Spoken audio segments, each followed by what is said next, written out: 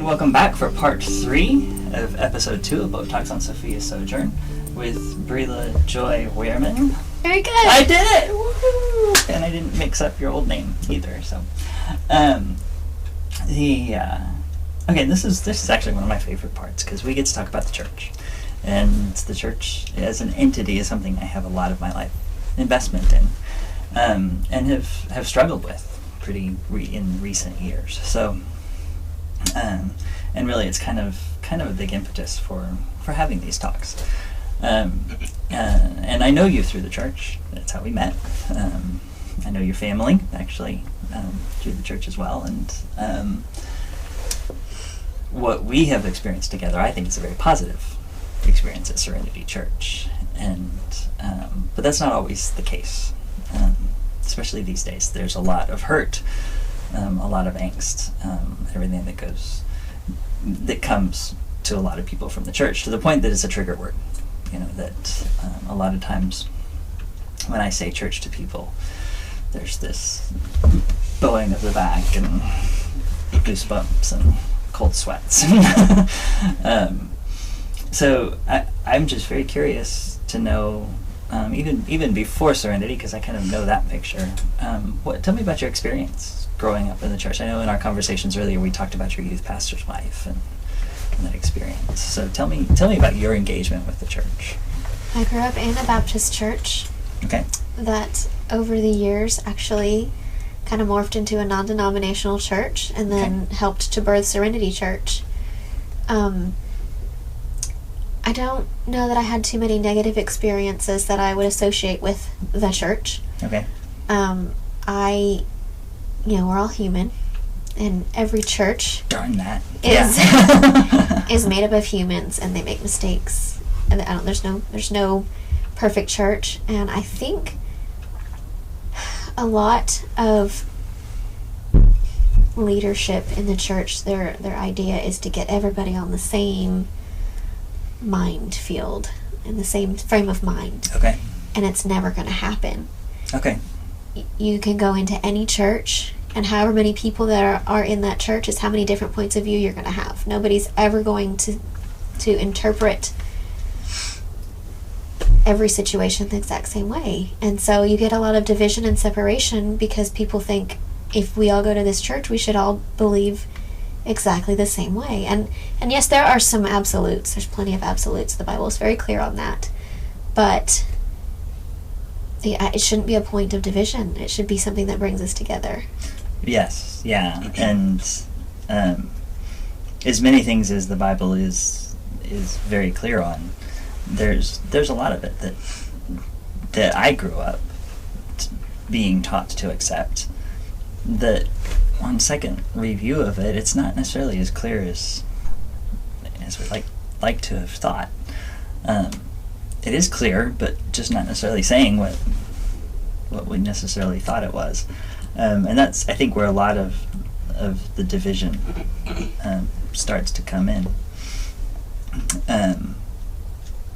So kind of the second question then for this segment, we've been talking a lot about your dealing with depression and such. Mental illness in general is something that the church addresses, not always as effectively as they could. So what would you say to the church about how they could be better equipped or be better prepared to walk through that with teenagers, especially since that was your experience, but with the population in general? I think a lot of time we want to fix people. We want to tell them what's wrong and how they should do it right. And if you look at Jesus' example, that's not what he did. He ate lunch with Zacchaeus and offered water to the woman at the well, and he took church with him wherever he went. It wasn't an entity that existed in a building one day a week. It was, he was church, and if you were near him, you were at church. Yeah. And I think it's the only solution is going to come from an individual, one person at a time transformation, or I don't want to say that people need to change or that everyone's got it wrong, but we're all on a journey, and we need to be allowed to complete that journey. Yes. And walk along other people without pushing them to the finish line. Because the finish line is heaven. It's not here. It's not ever. We're not going to see it. We're never gonna get there until we get to heaven. You brought up the story of the woman at the well, which is actually one of my absolute favorite stories of Jesus, because it tells us so much about him. It tells us so much about what he expects of the church in terms of her question about where to worship, and worshiping in spirit and in truth.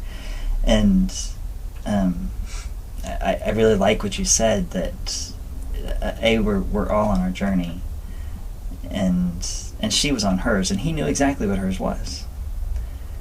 And he asked a very, very pointed question, very simple question, not an order. He said, "Go get your husband." And she's like, he's like, "Yeah, I know." Don't worry about that. And it wasn't an immediate, you need to fix that, and then we'll carry on this conversation, and then I'll share a cup of water with you, and we'll talk about spirit and truth and all that. It was, let's talk about this. Let's share that cup of water. And as we're doing that, here's some thoughts. And here's some direction on how you're going to live your life, how you can live your life more fulfilling. And for your own good, not for the sake of religious lining leaders things or the way they need to go. Yeah, and no, I think that's a beautiful illustration of what the church can be. So the third question then is, what do you tell people who have been dealing with depression, who may have not seen that in the church? And I love the strain of truth that is in your story. What do you tell people that may not have heard that truth in their past experience with the church about? Well, in as much as every human is unique, every church is unique, and hopefully the churches are on their own journey towards getting it right more often than not. Just keep looking for the church the way God intended, and don't be burned. Just because you're a human, maybe you hurt me, that doesn't mean all humans are going to hurt me. That's the same way with churches. Yeah.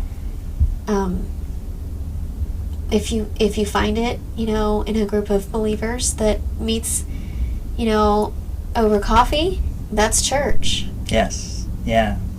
Group of ragamuffins that meet on a Saturday night. Yeah, and that's, one of my mantras is everyone is entitled to their own journey.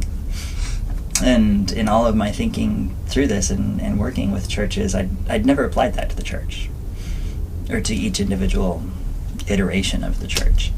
That those churches are entitled to their journey. When Colony Park helped to birth Serenity Church, I thought it was great. I thought, this is wonderful. We're reaching out. We're doing what God did. We're welcoming everyone. And we're not just sticking within ourselves of believers that feel like we've got it right. We're going out into the world and to heal the sick, not just to put on a fake front that we're not sick on Sunday mornings. Right. And not too far into Serenity Church, Colony Park made the executive decision to join Serenity Church. And that really kind of ripped away at my heart, because I grew up in Colony Park and I was part of its journey in getting to where it was. And Colony Park found so much freedom, and I really believed they were getting a lot of things right, and I connected with all of the people, and I felt like that was just going to be taken away from me. And but I didn't have a church anymore. So, we were attending Colony Park on Sundays and Serenity on Saturdays, and suddenly it was like Serenity or I find somewhere new. And, I kind of rebelliously visited some other churches, and God made it very... Yeah, I find it incredibly ironic that visiting churches is rebellious. But I get it, too, at the same time. So that's... Well, God was leading me to Serenity Church, and I was dragging my feet because I didn't want to give up what I had in the past. I wanted to sit still for a little while. I didn't want to move forward. I don't know. I was grieving the loss of the thing that got me through where I was. Through where you were, yeah. And God made it very clear that it wasn't that church that got me there. It was Him. And my purpose for going to church was not just to receive, it was to give. And what better way than Serenity Church? Because God is bringing all of the people that need me and need us in through the doors. And, in the past I had to go outside of the church doors in order to find people that needed. Yeah. Because, a lot of people go into church and they think they don't need anything. They think that they can't. That they've arrived anything. And they've got it right. And it's the ones that know they need something that really will receive it. Good. A lot of great thoughts. Thank you for that. And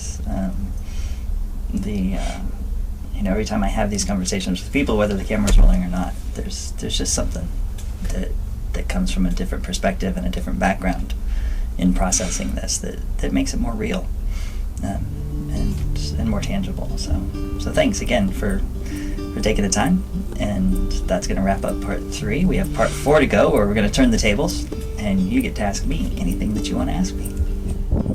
Well, that concludes episode 2, part 3 of Boat Talks on Sophia Sojourn, my interview with Brila, author of Louder Than Words. Don't forget to check out Amazon.com or wherever else you order your electronic media to download to the device of your choice. You can also order a hard copy of the book if that's your preference. Also, don't forget to check out our blog, sophiasojourn.com. There's a tab there for my book, Shattering Masks, which you can pre-order right now. And in pre-ordering it, you're helping me through the process of getting it published, as well as supporting what we're doing here on Boat Talks. Next week, we have our final part of episode 2, and where Brila gets to ask me anything she wants to ask. So I'm looking forward to it. It's going to be fun. See you then. Have a great week.